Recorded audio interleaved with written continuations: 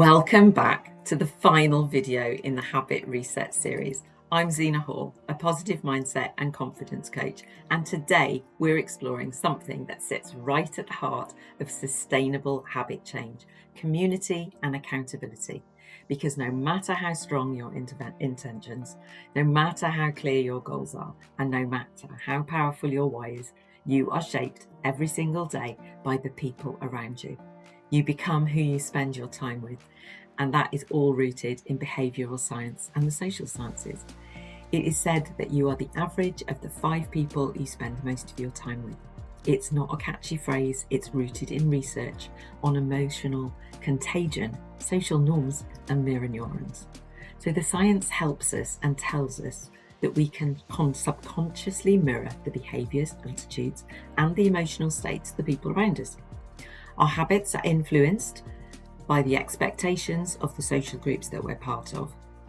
We rise or we fall to the level of the environments that we're part of, and belonging is one of the strongest motivators for human behaviour. If the people around you are supportive, growth orientated, compassionate, aligned with your values, then you'll naturally move in that direction. But if the people around you are negative, dismissive, stuck in old patterns, and aren't helping, then you will feel pulled back into the habits that you're maybe trying to leave behind. And this isn't about judgment of others, it's about recognizing your social ecosystem that you're living in and choosing the one that supports you and who you're becoming. And sometimes that does mean maybe letting go of places and people maybe that aren't serving you anymore. So if you're taking a break from alcohol, for example, you may find that your circle of friends changes slightly, but it's okay. You just need to recognize that sometimes we outgrow some of the things that are there, and we can explore that in another video another time. But let's talk about accountability. It's not pressure, it's supposed to be supportive. So telling somebody you're doing something can have a really good impact on you. It can be misunderstood. It's not about checking up on you or telling you off when you slip up. A true accountability is about being a witness for you, being supportive, encouraging you, reminding of your why, being gentle with you when you wobble, and just being there. It's about having someone who sees your potential in everything that you're doing and can see you for who you are becoming. And that kind of accountability can be life-changing. In coaching, we use accountability all of the times, and we think about it in a work scenario, for example. So maybe your boss, you're accountable to your boss. So here's a quote that I've written especially for this series. Change begins in the quiet of your own heart, but it blooms in the warmth of those who walk beside you. Because you don't have to do this alone. If you've got community and the right people around you, you can be really supported. So choosing your community intentionally. So today, I want you to think about the people who you've already got in your world, your tribe. Who lifts you up? Who inspires you? Who makes you feel like the most grounded and aligned version of yourself? Who reminds you of your values? Who believes that you are growing?